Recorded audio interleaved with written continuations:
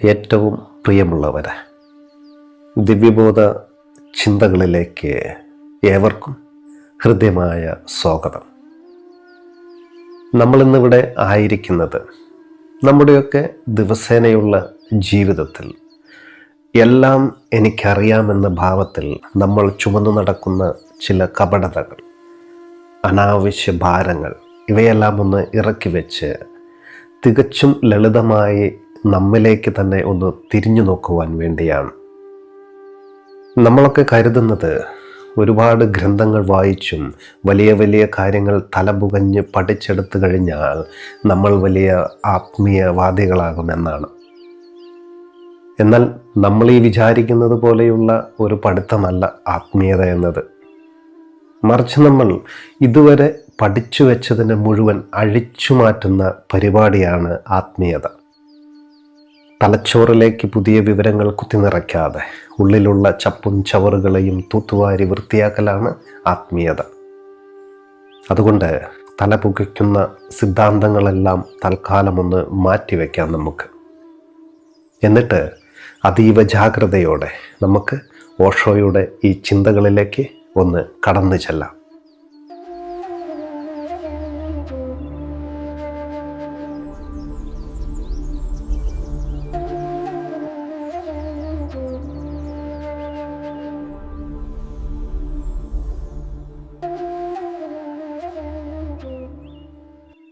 ആത്മീയമായി ഉണരുക എന്നത് നമ്മുടെ ഇച്ഛയുടെയോ കഠിനാധ്വാനത്തിൻ്റെയോ ദൈവിക അനുഗ്രഹമോ അതോ മറ്റെന്തെങ്കിലുമാണോ? സൂഫികൾ ഇതിനൊരു മറുപടി പറയുന്നത്, ദൈവത്തെ നമ്മൾ വെറുതെ തിരഞ്ഞു നടന്നാൽ കണ്ടെത്താൻ കഴിയില്ല. എന്നാൽ ഒട്ടും തിരയാതിരിക്കുന്ന ആളുകൾക്ക് അതൊരിക്കലും കിട്ടുകയുമില്ല എന്നാണ്. ആത്മീയതയുടെ ഒന്നാമത്തെ രഹസ്യം ഒളിഞ്ഞിരിക്കുന്നത് ഈ വരികളിലാണ്. ആദ്യം നമ്മൾ അന്വേഷിക്കണം. നമ്മൾ സത്യത്തിനു വേണ്ടി ദാഹമുള്ളവരായിരിക്കണം. നമ്മുടെ യാത്ര തുടരണം. ഇരുട്ടിൽ തപ്പിത്തടഞ്ഞ് മുന്നോട്ട് പോകണം. വീട്ടിൽ വെറുതെ ഇരുന്നുറങ്ങിയാൽ പോരാ, നമ്മൾ വഴിയിലേക്ക് ഇറങ്ങുക തന്നെ വേണം. എന്നാൽ തപ്പിത്തടഞ്ഞുകൊണ്ടുള്ള നമ്മുടെ ഈ യാത്രയിൽ ഒരിക്കലും നമ്മൾ അതിനോട് അമിതമായി ഒട്ടിപ്പിടിക്കാതിരിക്കുകയും വേണം. എൻ്റെ മിടുക്കുകൊണ്ട്, എൻ്റെ പ്രാർത്ഥന കൊണ്ട് ഞാൻ ദൈവത്തെ നേടുമെന്ന വാശിയും ഇച്ഛാശക്തിയും വിജയിക്കുന്നില്ലെന്ന് നമുക്ക് തോന്നാൻ തുടങ്ങുന്ന ഒരു നിമിഷം നമ്മുടെ ജീവിതത്തിൽ വന്നു ചേരും. എന്നാൽ ആ നിമിഷം വന്നു ചേരുന്നത് നമ്മൾ നമ്മുടെ പരമാവധി പരിശ്രമവും കഠിനമായ പ്രയത്നവും നടത്തുമ്പോൾ മാത്രമാണ്. നമ്മളിവിടെ പൂർണ്ണമായും തോറ്റുകഴിഞ്ഞുവെന്ന് നമുക്ക് അനുഭവപ്പെടാൻ തുടങ്ങുന്ന ആ നിമിഷം, ആ വലിയ പരാജയത്തിലാണ് യഥാർത്ഥ വിജയമുള്ളത്. നമ്മൾ പരാജയപ്പെടുമ്പോൾ നമ്മൾ കീഴടങ്ങുകയാണ്. ആ പൂർണ്ണ പരാജയത്തിൽ നമ്മൾ കരയാൻ തുടങ്ങും. നമ്മൾ പറയും, ഇനി ഇതിൽ കൂടുതലായി എനിക്കൊന്നും ചെയ്യാൻ കഴിയില്ല, എനിക്ക് ചെയ്യാൻ കഴിയുന്നതെല്ലാം ഞാൻ ചെയ്തു കഴിഞ്ഞുവെന്ന്. ആ നിമിഷത്തിൽ നമ്മൾ അപ്രത്യക്ഷമായി തീരും. നമ്മളവിടെ ഇല്ലാതായിത്തീരും. നമ്മളെന്ന ആ അന്വേഷകൻ അവിടെ നഷ്ടപ്പെടും. ദൈവത്തെ തേടുകയെന്നാൽ അസാധ്യമായതിനെ തേടലാണ്. വെറുതെ തേടി അലയുന്നത് കൊണ്ട് മാത്രം നമുക്കത് കണ്ടെത്താൻ കഴിയില്ല. നമ്മുടെ അന്വേഷണത്തിലൂടെ നമുക്ക് ദൈവത്തെ കണ്ടെത്താൻ കഴിയുമെങ്കിൽ ദൈവം നമുക്ക് സ്വന്തമാക്കാൻ കഴിയുന്ന എന്തെങ്കിലും ഒന്ന് ആയിരിക്കണം. ദൈവം അപ്പോൾ നമ്മളുടെ കൈപ്പിടിയിൽ ഒതുങ്ങുന്ന ഒരു വസ്തുവായി മാറും. അങ്ങനെയെങ്കിൽ ദൈവം ഒരിക്കലും നമ്മെക്കാൾ വലിയവനായിരിക്കുകയില്ല. പ്രിയമുള്ളവരെ, ഓർക്കുക, എന്തിനെയാണോ നമുക്ക് അന്വേഷിച്ച് കണ്ടെത്താൻ കഴിയുന്നത് അത് തീർച്ചയായും നമ്മേക്കാൾ ചെറുതായിരിക്കും. താഴ്ന്ന നിലയിലുള്ള നമുക്ക് ഉയർന്ന സത്യത്തെ അത്ര എളുപ്പത്തിലൊന്നും സ്വന്തം ബുദ്ധി കൊണ്ട് തേടിപ്പിടിക്കാൻ കഴിയില്ല. നമുക്ക് ആ അനന്തമായ ശക്തിയെ നമ്മുടെ കയ്യിൽ ഒതുക്കാൻ ഒരിക്കലും കഴിയില്ല. അത് നടക്കാത്ത കാര്യമാണ്. എന്നാൽ ഇത് നടക്കാത്ത കാര്യമാണെന്ന് മനസ്സിലാക്കാൻ പോലും നമ്മൾ അന്വേഷണം തുടങ്ങേണ്ടതുണ്ട്. ഒരിക്കലല്ലെങ്കിൽ മറ്റൊരിക്കൽ ഈ അന്വേഷണത്തിൽ പരാജയം നമുക്ക് ഉറപ്പാണ്. ആ പരാജയത്തിൽ നമുക്കുള്ളിൽ വലിയൊരു മാറ്റം സംഭവിക്കും. ആ പരാജയത്തിൽ നമ്മളെന്ന ഭാവം അപ്രത്യക്ഷമാകും. നമ്മുടെ വാശിയില്ലാതാകും. അപ്പോൾ മാത്രമാണ് യഥാർത്ഥ ആത്മസമർപ്പണം സംഭവിക്കുകയുള്ളൂ. ഈ പരാജയം രുചിക്കാതെ നമുക്ക് കീഴടങ്ങാൻ കഴിയില്ല. ഉള്ളിൻ്റെ ഉള്ളിൽ നമ്മൾ ചിന്തിച്ചുകൊണ്ടിരിക്കും, എനിക്ക് വിജയിക്കാൻ കഴിയുമായിരുന്നുവെന്ന്. അല്ലെങ്കിൽ ഈ കീഴടങ്ങൽ പോലും ഞാൻ ചെയ്യുന്ന വലിയൊരു കാര്യമാണെന്ന് നമ്മൾ അഹങ്കരിച്ചേക്കാം. അങ്ങനെയാണെങ്കിൽ അത് കീഴടങ്ങലല്ല. പൂർണ്ണമായി പരാജയപ്പെടുമ്പോൾ മാത്രമേ യഥാർത്ഥ സമർപ്പണം സംഭവിക്കുകയുള്ളൂ. പ്രത്യാശയുടെ ഒരൊറ്റ കിരണം പോലും നമ്മുടെ ജീവിതത്തിൽ കാണാതായി കഴിഞ്ഞു എന്ന് ബോധ്യപ്പെടുമ്പോൾ, എല്ലാം നമ്മൾ പണയപ്പെടുത്തിയെന്ന് തിരിച്ചറിയുമ്പോൾ നമ്മൾ ശൂന്യമായി തീരും. ആ ഒന്നുമില്ലായ്മയിലാണ്, ആ ശൂന്യതയിലാണ് സമർപ്പണം സംഭവിക്കുന്നത്. അപ്പോൾ പുതുതായി എന്തോ നമുക്കുള്ളിലേക്ക് വന്നു ചേരും. സൂഫികൾ ബരാക്ക എന്ന് വിളിക്കുന്നത് ഇതിനെയാണ്. നമ്മൾ പ്രസാദം എന്ന് വിളിക്കുന്നതും ഇതിനെയാണ്. തോറ്റ് നമ്മൾ നിലം പതിക്കുമ്പോൾ, വീണ്ടും ഒരു കൊച്ചു കുഞ്ഞായി തീർന്ന് നിലവിളിക്കുമ്പോൾ അമ്മ ഓടി വരുന്നത് പോലെ ആ പരമമായ അനുഗ്രഹം നമ്മെ തേടി വരും. ഒരു കൊച്ചുകുട്ടി തനിയെ നടക്കാൻ ശ്രമിക്കുമ്പോൾ അമ്മ ദൂരെ മാറി നിന്ന് നോക്കാറില്ല. കുട്ടി വീഴുമ്പോൾ അമ്മ ഓടി വന്നെടുക്കുന്നത് പോലെ നമ്മൾ നമ്മുടെ വാശി കൊണ്ട് ഓടുമ്പോൾ ദൈവം മാറി നിൽക്കും. നമ്മൾ പൂർണ്ണമായി തോറ്റു വീഴുമ്പോൾ അവൻ നമ്മെ താങ്ങി പിടിക്കും. അതുകൊണ്ട് ഒരു സൂഫിയാകുക എന്നത് നമ്മുടെ വാശിയാണോ എന്ന് ചോദിച്ചാൽ, തുടക്കത്തിൽ അത് നമ്മുടെ ഇച്ഛാശക്തി തന്നെയാണ്.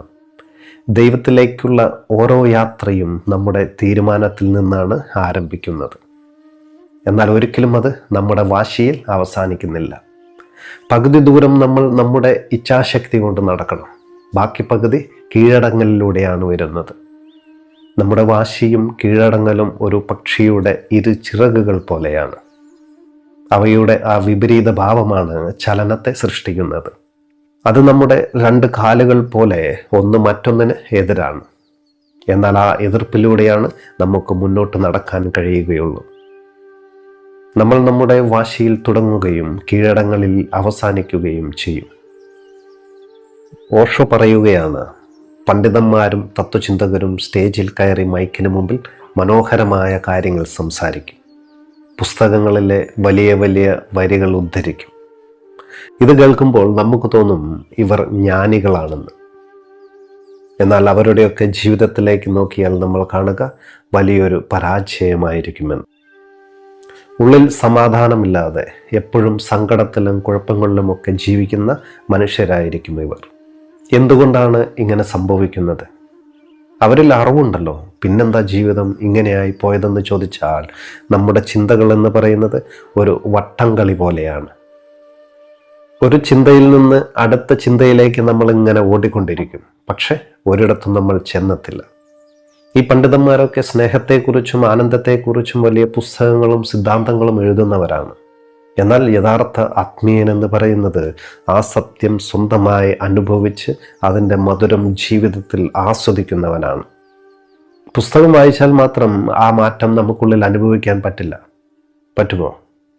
ഒരിക്കലുമില്ല. നമ്മൾ നല്ല വിശപ്പോടെ ഒരു വലിയ ഹോട്ടലിൽ ചെന്നിരിക്കുകയാണ്. അവിടെ വന്നിരുന്ന ഉടനെ നമ്മുടെ കയ്യിലേക്ക് അവർ മനോഹരമായി അച്ചടിച്ച വലിയൊരു മെനു കാർഡ് തരും. അതിൽ ബിരിയാണിയുണ്ട്, മട്ടൻ കറിയുണ്ട്, അങ്ങനെ പലവിധ ആഹാര പദാർത്ഥങ്ങളും മധുര പലഹാരങ്ങളും എല്ലാം ഉണ്ട്. നമ്മൾ ആ മെനു കാർഡ് വാങ്ങി ആദ്യത്തെ പേജ് മുതൽ അവസാനത്തെ പേജ് വരെ വായിച്ചു തീർത്തു. നമ്മളത് വായിക്കുമ്പോൾ ചിലപ്പോൾ നമ്മുടെ വായിൽ വെള്ളമൂറിയേക്കാം. പക്ഷെ നമ്മുടെ വിശപ്പ് മാറില്ല. വിശപ്പ് മാറണമെങ്കിൽ ഭക്ഷണം ഓർഡർ ചെയ്ത് അത് സ്വന്തം കൈ കൊണ്ടെടുത്ത് വായിലേക്ക് വെച്ച് കഴിച്ച് ഇറക്കണം.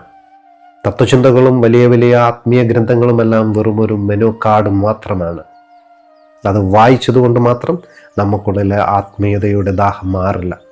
ആത്മീയത എന്നത് കഴിച്ചറിയേണ്ട ആഹാരമാണ്. സത്യത്തിൽ നമ്മുടെയൊക്കെ മനസ്സ് ഭണ്ഡാര പറഞ്ഞു തന്ന അറിവുകളും മുൻവിധികളും സിദ്ധാന്തങ്ങളും കൊണ്ട് നിറഞ്ഞു കവിഞ്ഞിരിക്കുകയാണ്. നമ്മളൊരു അച്ചുകൂടം പോലെയാണ് ജീവിക്കുന്നത്. മറ്റുള്ളവർ എഴുതി വെച്ചത് അപ്പാടെ തലയിലേക്ക് പ്രിന്റ് ചെയ്ത് വെച്ചിരിക്കുകയാണ് നമ്മൾ. പണ്ഡിതൻ ഗുരുവിനെ കാണാൻ ചെന്നപ്പോൾ തൻ്റെ പാണ്ഡിത്യം പുറത്തെടുത്ത് കാണിച്ചില്ലെങ്കിലും അയാൾക്ക് സത്യമറിയണമെന്ന വിനയത്തിൻ്റെ പുറമോടിക്കുള്ളിലും തൻ്റെ അറിവിനെക്കുറിച്ചുള്ള വലിയൊരു അഹങ്കാരം ഒളിഞ്ഞിരിപ്പുണ്ടായിരുന്നു. അത് ഗുരുവിന് ഒറ്റനോട്ടത്തിൽ മനസ്സിലായി. നമ്മുടെ മനസ്സും പഴയ അറിവുകൾ കൊണ്ടും മുൻവിധിയുടെ ചപ്പുചവറുകൾ കൊണ്ടും നിറഞ്ഞിരിക്കുകയാണ്. നമ്മൾ നമ്മെ തന്നെ പൂർണ്ണമായി ഒഴുക്കിക്കളഞ്ഞ് ഉള്ളിൽ ആ വലിയ ശൂന്യസ്ഥലം ഉണ്ടാക്കിയാൽ മാത്രമേ ആ പരമമായ സത്യത്തിന് നമുക്കുള്ളിലേക്ക് കടന്നു വരുവാൻ ഒരു ഇടമുണ്ടാകുകയുള്ളൂ. ഒരു മൊബൈൽ ഫോണിൽ മനോഹരമായ ഒരു പാട്ട് കേൾക്കുകയോ അല്ലെങ്കിൽ ആരെങ്കിലും പറയുന്നത് അതീവ ശ്രദ്ധയോടെ കേൾക്കുകയോ ചെയ്യുമ്പോൾ ആ സമയത്ത് നമ്മുടെ മൊബൈലിൻ്റെ സ്പീക്കറിൽ വലിയൊരു ഹമ്മിങ് ശബ്ദമോ അല്ലെങ്കിൽ റേഡിയോ തരംഗങ്ങളുടെ ഇരച്ചിലോ വരികയാണെങ്കിൽ നമുക്ക് ആ പാട്ട് അല്ലെങ്കിൽ ആ സംസാരം വ്യക്തമായി കേൾക്കാൻ കഴിയില്ല. കാരണം ആ ഇരച്ചിൽ യഥാർത്ഥ സംഗീതത്തെ മുഴുവൻ ഇല്ലാതാക്കുകയാണ്. നമുക്കുള്ളിലെ നിരന്തരമായ ചിന്തകളും മുൻവിധികളും ഇങ്ങനെയുള്ള ഒരു ഇരച്ചിൽ പോലെയാണ്. അത് നമുക്കുള്ളിൽ കിടന്ന് ബഹളം വയ്ക്കുമ്പോൾ പ്രകൃതിയുടെ ജീവനുള്ള സത്യം നമുക്ക് അനുഭവിക്കാൻ കഴിയില്ല. ആ ഇരച്ചിൽ പൂർണ്ണമായും നിലച്ച് ഉള്ള് ശാന്തമാകുമ്പോൾ മാത്രമേ നമുക്ക് നമ്മുടെ കാഴ്ച സുതാര്യമായി മാറുകയുള്ളൂ. അതുകൊണ്ട് പുസ്തകങ്ങൾ കാണാതെ പഠിക്കുന്നവരാകരുത് നമ്മൾ. ഒരു കൊച്ചുകുട്ടിയെപ്പോലെ നിഷ്കളങ്കമായി കണ്ണു തുറന്ന് ഈ ജീവിതത്തിൻ്റെ പച്ചപ്പിനെ കാണാൻ നമുക്ക് കഴിയണം. കൊച്ചുകുട്ടികൾക്ക് വലിയ സിദ്ധാന്തങ്ങൾ അറിയില്ല, പക്ഷേ അവർക്ക് ഈ നിമിഷത്തിൽ ജീവിക്കാൻ അറിയാം. അവർ പൂമ്പാറ്റയെ കാണുമ്പോൾ അതിലേക്ക് നോക്കി ആനന്ദിക്കും. മഴ പെയ്യുമ്പോൾ അതിലിറങ്ങി നനയും. അവർക്ക് മുൻവിധികളില്ല. നമുക്കുള്ളിലെ ഈ ചിന്തകളുടെ പുകപടലങ്ങൾ മാറി കാഴ്ച സുതാര്യമാകുമ്പോൾ മാത്രമേ നമുക്ക് സത്യത്തെ അറിയാൻ കഴിയുകയുള്ളൂ. ബാഹ്യമായ അറിവുകൾ വെറും കള്ള നാണയങ്ങളാണ്. അത് നമ്മുടെ അഹന്തയെ കൂട്ടുകയേ ഉള്ളൂ. ആ കപടമായ അറിവുകളെല്ലാം മാറ്റിവെച്ച് ഉള്ളിലൊരു ശൂന്യത സൃഷ്ടിക്കുമ്പോൾ മാത്രമേ പ്രജ്ഞയുടെ വെളിച്ചം നമ്മിലേക്ക് കടന്നു വരികയുള്ളൂ.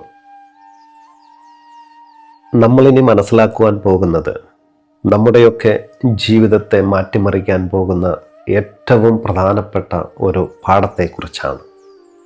ഒരു ഗുരുവിന് പുറകെ വെറുതെ പിന്തുടരുന്നതും ആ ഗുരുവിന് മുമ്പിൽ സ്വന്തം ജീവൻ പോലും നൽകി പൂർണ്ണമായി കീഴടങ്ങുന്നതും തമ്മിലുള്ള വലിയ വ്യത്യാസം എന്താണെന്ന് നമ്മൾ തിരിച്ചറിയേണ്ടതുണ്ട്. നമ്മളൊരാളെ വെറുതെ പിന്തുടരുമ്പോൾ അവിടെ നമ്മൾ തന്നെയാണ് വലിയയാൾ. നമ്മുടെ തലച്ചോറാണ് അവിടെ ഭരിക്കുന്നത്. ഈ ഗുരു പറയുന്ന കാര്യങ്ങൾ യുക്തിപരമായി എനിക്ക് ഇഷ്ടപ്പെട്ടു, അത് കൊള്ളാം, അതുകൊണ്ട് ഞാൻ അദ്ദേഹത്തിൻ്റെ കൂടെ പോകുന്നു എന്ന് നമ്മൾ വിചാരിക്കും. എന്നാൽ നാളെ രാവിലെ ഉറക്കമെഴുന്നേൽക്കുമ്പോൾ നമ്മുടെ മൂഡ് മാറിയാൽ, അല്ലെങ്കിൽ ഗുരു പറയുന്നത് നമ്മുടെ ഇഷ്ടത്തിന് വിരുദ്ധമായാൽ നമ്മൾ പറയും, എനിക്കിത് മടുത്തു, ഞാനിനി വേറെ ഗുരുവിനെ നോക്കുവാൻ പോകുകയാണെന്ന്. അവിടെ തീരുമാനമെടുക്കുന്നതും മാറ്റുന്നതും നമുക്കുള്ളിലെ ഞാനെന്ന അഹം തന്നെയാണ്. എന്നാൽ കീഴടങ്ങുക എന്ന് പറഞ്ഞാൽ ആ കപടമായ ഞാൻ, എൻ്റെ മിടുക്ക്, എൻ്റെ ബുദ്ധി എന്നീ ഭാവങ്ങളെ ഗുരുവിന് മുമ്പിൽ പൂർണ്ണമായി അഴിച്ചു വെക്കുക എന്നാണ്. അതൊരു ആത്മീയ ഉടമ്പടിയാണ്. അതോടെ നമ്മളെന്ന ആ പഴയ വ്യക്തി അവിടെ അപ്രത്യക്ഷമാകുകയാണ്. പിന്നെ നമുക്ക് ആ തീരുമാനം മാറ്റാൻ കഴിയില്ല. കാരണം അത് മാറ്റാൻ വേണ്ടി അവിടെ പിന്നെ നമ്മൾ അവശേഷിക്കില്ല. നമ്മൾ നമ്മുടെ വാശിയും സ്വന്തം ബുദ്ധിയും ഗുരുവിന് പണയം വെച്ചു കഴിഞ്ഞു. അവിടെ നമ്മളൊരു വലിയ പുഴ കടക്കാൻ വേണ്ടി ഒരു തോണിയിൽ കയറുകയാണ്. നമ്മൾ തോണിയിൽ കയറിയിട്ടും അതിലെ തോണിക്കാരനെ വിശ്വസിക്കാതെ സ്വന്തം കാലുകൾ കൊണ്ട് തറയിൽ ചവിട്ടി തുഴയാൻ നോക്കുകയോ അല്ലെങ്കിൽ ഇങ്ങോട്ടല്ല അങ്ങോട്ടാണ് തുഴയേണ്ടതെന്ന് പറഞ്ഞ് തോണിക്കാരൻ്റെ കയ്യിൽ കയറി പിടിക്കുകയോ ചെയ്താൽ ആ തോണി മറിഞ്ഞു പോകുകയുള്ളൂ. അതോടെ നമ്മൾ ആ പുഴയിൽ മുങ്ങിത്താഴും. ഇവിടെ നമ്മൾ ചെയ്യേണ്ടത് എന്താണ്? ആ തോണിക്കാരനെ പൂർണ്ണമായും വിശ്വസിച്ചുകൊണ്ട് തുഴയേണ്ട ഭാരം അദ്ദേഹത്തെ ഏൽപ്പിച്ച് ആ തോണിയിൽ മിണ്ടാതിരിക്കുക മാത്രമാണ്. ഇവിടെ തോണിക്കാരനാണ് നമ്മുടെ ഗുരു. അദ്ദേഹത്തിന് പൂർണ്ണമായി വിട്ടു നൽകുന്നവനാണ് യഥാർത്ഥ ശിഷ്യൻ. ഇന്നത്തെ കാലത്ത് പലരും ചോദിക്കാറുണ്ട്, ഇപ്പോൾ ഡിജിറ്റൽ യുഗമല്ലേ, പഴയതുപോലെ ഗുരുവിൻ്റെ അടുത്ത് തന്നെ ചെന്നിരിക്കണമോ, ദൂരെ ഇരുന്നു കൊണ്ട് വാട്സാപ്പിലൂടെയോ സൂമിലൂടെയോ ഒക്കെ ആശയവിനിമയം നടത്തിക്കൂടെ എന്ന്. തീർച്ചയായും അത് ചെയ്യാം. ഇന്നത്തെ കാലത്ത് ഒരു ഗുരുവിന് ലോകത്തിൻ്റെ ഏത് കോണിലിരുന്നായാലും നമ്മെ നയിക്കുവാനും നിയന്ത്രിക്കുവാനും സാധിക്കും. കാരണം ആശയവിനിമയത്തിൻ്റെ രീതികൾ അത്രയധികം മാറിക്കഴിഞ്ഞു. നമ്മൾ ഉപയോഗിക്കുന്ന മൊബൈൽ ഫോണിൻ്റെ കാര്യം തന്നെ എടുക്കും. നമ്മുടെ കയ്യിലിരിക്കുന്ന ഫോണിന് റേഞ്ചും ചാർജും ഉണ്ടെങ്കിൽ ലോകത്തിൻ്റെ അപ്പുറത്തുള്ള ഒരാളോട് നമുക്ക് സംസാരിക്കാനും അവരുടെ നിർദ്ദേശങ്ങൾ കേൾക്കുവാനും പറ്റും. എന്നാൽ എനിക്ക് ആരുടെയും നിർദ്ദേശം കേൾക്കണ്ട എന്ന് പറഞ്ഞ് നമ്മൾ ആ ഫോൺ സ്വിച്ച് ഓഫ് ചെയ്ത് വെക്കുകയോ ഫ്ലൈറ്റ് മോഡിൽ ഇടുകയോ ചെയ്താൽ അപ്പുറത്തിരിക്കുന്നയാൾ എത്ര വിളിച്ചാലും കണക്റ്റ് ആകില്ല. ഒരു ഗുരുവും ശിഷ്യനും തമ്മിലുള്ള ബന്ധവും ഇതുപോലെയാണ്. ഗുരു ലോകത്തിൻ്റെ ഏത് അറ്റത്തിരുന്നാലും നമ്മെ നയിക്കാൻ അദ്ദേഹത്തിന് സാധിക്കും. എന്നാൽ അതിന് നമുക്കുള്ളിലെ അഹങ്കാരമാകുന്ന സ്വിച്ച് നമ്മൾ ഓഫ് ചെയ്തു വെക്കണം. നമ്മെ പൂർണ്ണമായും ഗുരുവിന് ലഭ്യമാക്കണം. നമ്മൾ കീഴടങ്ങി ഇരിക്കുകയാണെങ്കിൽ ഗുരു ദൂരെയാണോ അടുത്താണോ എന്നത് ഒരു തടസ്സമേ അല്ല.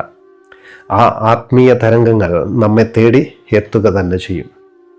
അതുപോലെ നമുക്കുള്ളിൽ തന്നെ ദൈവമുണ്ടെങ്കിൽ പിന്നെ എന്തിനാണ് പുറത്തൊരു ഗുരു എന്ന് പലർക്കുമുള്ള ഒരു ചോദ്യമാണ്. അത് സത്യമാണ്. നമുക്കുള്ളിൽ ദൈവമുണ്ട്. ആ വലിയ ശക്തിയും സമാധാനവും നമ്മുടെ ഉള്ളിൽ തന്നെയുണ്ട്. പക്ഷേ അതിൻ്റെ വാതിൽ നമ്മൾ എപ്പോഴോ പൂട്ടിവെച്ച് അതിൻ്റെ താക്കോൽ എവിടെയോ കളഞ്ഞു പോയിരിക്കുകയാണ്. നൂറ്റാണ്ടുകളായി നമ്മൾ ആ വാതിൽ തുറന്നിട്ടില്ല. നേരിട്ട് നമുക്ക് ഉള്ളിലേക്ക് പോകാൻ കഴിയാത്തത് കൊണ്ടാണ് പുറത്തൊരു ബാഹ്യഗുരു ആവശ്യമായി വരുന്നത്. ബാഹ്യഗുരു ഒരു വാതിലായിത്തീരും. ആ വാതിൽ വഴിയായി വേണം നമുക്കുള്ളിലേക്ക് പോകാൻ. വിരലിൽ എണ്ണാവുന്ന ചിലർ അങ്ങനെ നേരിട്ട് ഉള്ളിലേക്ക് എത്തിയിട്ടുണ്ട്. അത് സത്യമാണ്. പക്ഷേ അത് വളരെ വളരെ അപൂർവവുമാണ്. അതുകൊണ്ട് ആത്മീയ മാർഗങ്ങളൊന്നും തന്നെ അതിനെക്കുറിച്ച് അധികം സംസാരിക്കുന്നില്ല. കാരണം നിനക്ക് സ്വന്തമായി പോകാം എന്ന് നമ്മളോട് പറഞ്ഞാൽ ആ ഒരു ചിന്തയെ നമ്മുടെ ഉള്ളിലെ അഹങ്കാരം ഉടനെ കയറി അങ്ങ് പിടിക്കും. അത് നമ്മുടെ കീഴടങ്ങലിന് വലിയൊരു തടസ്സമായി മാറും. പിന്നെ ഞാനെന്തിനാണ് മറ്റൊരുവന് കീഴടങ്ങുന്നത്, എൻ്റെ ബുദ്ധി കൊണ്ട് എനിക്ക് തനിയെ പോയിക്കൂടെ എന്ന് നമ്മുടെ അഹന്ത അവിടെ വാദിക്കാൻ തുടങ്ങും. കീഴടങ്ങാൻ മനസ്സില്ലാത്ത വലിയ അഹംഭാവമുള്ള മനുഷ്യർക്ക് തങ്ങളുടെ അഹങ്കാരത്തെ സംരക്ഷിക്കുവാനുള്ള വലിയൊരു തന്ത്രമുണ്ട്. അവർക്ക് ഗുരുവിന് മുന്നിൽ തലകുനിക്കേണ്ടി വരുന്നില്ല. അതേസമയം തങ്ങൾ വലിയൊരു ചിന്തകന്റെ കൂടെയാണെന്ന് അവർക്ക് അഹങ്കരിക്കാം. അങ്ങനെ വർഷങ്ങളോളം വലിയ വലിയ തത്വചിന്തകരുടെ പുറകെ നടന്നവർ വെറും വരണ്ട ബുദ്ധിജീവികളായി അവശേഷിക്കും. അവരുടെ ജീവിതത്തിൽ യാതൊരു സമാധാനമോ സ്നേഹമോ ഉണ്ടാകില്ല. ആത്മീയതയുടെ ഒന്നാമത്തെ കാൽവെൽപ്പ് തന്നെ എനിക്കൊന്നും അറിയില്ല എന്ന് ഹൃദയത്തിൻ്റെ ആഴത്തിൽ നിന്ന് സമ്മതിക്കുന്നതാണ്. ചുണ്ടിൽ മാത്രം പോരാ, നമ്മുടെ അടിവയറ്റിൽ നിന്ന് ആ തിരിച്ചറിവ് വരണം. നമ്മൾ നമ്മെ തന്നെ പൂർണ്ണമായി സമർപ്പിക്കുമ്പോൾ മാത്രമേ നമ്മൾ യഥാർത്ഥ സ്വാതന്ത്ര്യം രുചിക്കുകയുള്ളൂ. കാരണം നമ്മെ തടവിലാക്കുന്നത് പുറത്തുള്ള ലോകമല്ല, നമുക്കുള്ളിലെ അഹന്തയാണ്. അഹന്ത ഒരു വലിയ ജയിലാണ്. ആ ജയിലിൻ്റെ ചരടുകൾ പൊട്ടുമ്പോൾ മാത്രമേ നമുക്കുള്ളിലെ ജ്വാല ശോഭയോടെ തെളിഞ്ഞ് കത്തുകയുള്ളൂ. ആ വഴി പുറത്തേക്കല്ല, അത് നമ്മുടെ അകത്തേക്കുള്ളതാണ്. നമ്മളിനി മനസ്സിലാക്കാൻ പോകുന്നത് നമ്മളെയൊക്കെ ചെറുപ്പം മുതൽക്കേ ശ്വാസം മുട്ടിച്ചുകൊണ്ടിരിക്കുന്ന വലിയൊരു കെണിയെക്കുറിച്ചാണ്. നാട്ടിലെ മതങ്ങളും നിയമങ്ങളുമൊക്കെ മനുഷ്യരിൽ എപ്പോഴും വലിയൊരു കുറ്റബോധം വളർത്തിക്കൊണ്ടുവരുന്നുണ്ട്. ചിരിക്കരുത്, തമാശ പറയരുത്, സന്തോഷിക്കരുത്, ആഗ്രഹിക്കരുത് എന്നല്ല. നമ്മൾ എന്ത് ചെയ്താലും അതൊക്കെ വലിയ പാപമാണ് എന്നാണ് പലരും നമ്മെ പഠിപ്പിച്ചു വച്ചിരിക്കുന്നത്. എന്നാൽ യഥാർത്ഥ മതമെന്ന് പറയുന്നത് ഒരിക്കലും മനുഷ്യനെ ഭയപ്പെടുത്തുകയോ ഉള്ളിൽ കുറ്റബോധം ഉണ്ടാക്കുകയോ ചെയ്യില്ല. മതമെന്നാൽ ഈ ജീവിതത്തെ അതിൻ്റെ പൂർണ്ണതയിൽ ആഘോഷിക്കലാണ്. നമുക്കുള്ളിൽ ഈ സമുദായവും നമ്മുടെ വളർച്ചയുടെ സാഹചര്യങ്ങളും ഒക്കെ ചേർന്ന് ചെറുപ്പം മുതലേ ഒരു കപട പോലീസുകാരനെ വളർത്തി വലുതാക്കിയിട്ടുണ്ട്. നമ്മൾ എന്തെങ്കിലും സ്വന്തമായി സന്തോഷത്തോടെ ചെയ്യാൻ നോക്കുമ്പോൾ, അല്ലെങ്കിൽ പ്രകൃതി സഹജമായ എന്തെങ്കിലും ആഗ്രഹം ഉള്ളിൽ തോന്നുമ്പോൾ, ഈ പോലീസുകാരൻ ഉള്ളിലിരുന്ന് നമ്മളോട് പറയും, നീ ചെയ്യുന്നത് തെറ്റാണെന്ന്, നീ വലിയൊരു പാപിയാണെന്ന്, നിന്നെ കാത്തിരിക്കുന്നത് വലിയൊരു നരകമാണെന്ന്. ഈ പോലീസുകാരനെയാണ് നമ്മൾ നമ്മുടെ മനസാക്ഷി എന്ന് വിളിക്കുന്നത്. ഈ പോലീസുകാരൻ നമുക്കുള്ളിൽ ഇരിക്കുന്നിടത്തോളം കാലം നമ്മൾ എപ്പോഴും ഒരു തടവുകാരനെ പോലെയാണ് ജീവിക്കുക. നമുക്കുള്ളിലെ സ്വാതന്ത്ര്യവും അന്തസ്സും ഇവർ പണ്ടേ നശിപ്പിച്ചു കളഞ്ഞു. നമുക്ക് ആരോടെങ്കിലും വല്ലാത്ത ദേഷ്യം വന്നുവെന്ന് വിചാരിക്കുക. പക്ഷെ അവിടെയുള്ള ആളുകൾ എന്ത് വിചാരിക്കുമെന്ന് കരുതിയോ, അല്ലെങ്കിൽ ദേഷ്യപ്പെടുന്നത് പാപമാണെന്ന് പഠിച്ചതുകൊണ്ടോ നമ്മൾ ആ ദേഷ്യം മുഴുവൻ കടിച്ചു പിടിച്ച് ഉള്ളിൽ അമർത്തി വയ്ക്കും. നമ്മൾ കപടമായി പുറമെ ചിരിക്കുമെങ്കിലും ആ കോപത്തിൻ്റെ വിഷം നമുക്കുള്ളിൽ കിടന്ന് തിളയ്ക്കുകയാണ്. ഒടുവിൽ നമ്മൾ വൈകുന്നേരം വീട്ടിലെത്തുമ്പോൾ യാതൊരുവിധ തെറ്റും ചെയ്യാത്ത നമ്മുടെ കൊച്ചുകുട്ടി എന്തെങ്കിലും ഒരു ചെറിയ വികൃതി കാണിച്ചാൽ മതി, നമ്മൾ ഉള്ളിൽ അമർത്തിവെച്ച ആ വിഷം മുഴുവൻ ആ പാവം കുട്ടിയുടെ നേരെയായിരിക്കും എടുക്കുക. നമ്മൾ പൊട്ടിത്തെറിക്കും, നമ്മൾ ആ കുട്ടിയെ തല്ലും, എന്നിട്ട് പറയും അവൻ്റെ നന്മയ്ക്ക് വേണ്ടിയാണ്. എന്നാൽ വാസ്തവത്തിൽ നമ്മൾ പുറത്തു കാണിക്കാൻ പറ്റാത്ത ദേഷ്യം തീർത്തത് ആ പാവത്തിൻ്റെ നെഞ്ചത്താണ്. വികാരങ്ങളെ അടിച്ചമർത്തുമ്പോഴാണ് മനുഷ്യൻ വികൃതമായി മാറുന്നത്. ദേഷ്യവും കാമവും ഭയവും ഒക്കെ പ്രകൃതി തന്ന സ്വാഭാവിക വികാരങ്ങളാണ്. അവയെ അടിച്ചമർത്താതെ, അവയോട് യുദ്ധം ചെയ്യാതെ ബോധത്തോടെ കാണാൻ പഠിക്കുകയാണ് നമ്മൾ വേണ്ടത്. അപ്പോൾ അവ തനിയെ കൊഴിഞ്ഞു പോയിക്കൊള്ളും. ആ ആത്മീയദാഹം നമുക്കുള്ളിൽ ശരിക്കുമുണ്ടാകുമ്പോൾ നമ്മൾ പഴയ എല്ലാ ചിന്തകളെയും പൂർണ്ണമായും താഴെയിറക്കും. നമ്മൾ നമ്മുടെ കപടതകളെ മുഴുവൻ ഉപേക്ഷിച്ച് ഉള്ളിലാ വലിയ ശൂന്യത സൃഷ്ടിക്കുമ്പോൾ ആ പ്രപഞ്ചത്തിൻ്റെ പരമമായ വെളിച്ചം നമ്മിലേക്ക് തനിയെ നിറഞ്ഞു കവിയും. അവിടെ നമ്മളെന്ന ആ പഴയ കപട മനുഷ്യനില്ലാതാകും. പിന്നെ നമുക്കുള്ളിൽ അവശേഷിക്കുക അതീവ ശാന്തമായ ഒരു പുഞ്ചിരിയും വലിയൊരു ആനന്ദവും മാത്രമായിരിക്കും. നമുക്കുള്ളിലെ കപടതയുടെ വലിയ ഭാരങ്ങളെയെല്ലാം ഇതോടെ എന്നേക്കുമായി നമുക്ക് ഇറക്കി വയ്ക്കാം. പുതിയൊരു വെളിച്ചത്തിലേക്ക്, പുതിയൊരു ജീവിതത്തിലേക്ക് നമുക്ക് ഒന്നിച്ച് നടക്കാം. എല്ലാവർക്കും ഒത്തിരി നന്ദി. സ്നേഹത്തോടെ ദിവ്യബോധം. നന്ദി, നമസ്കാരം.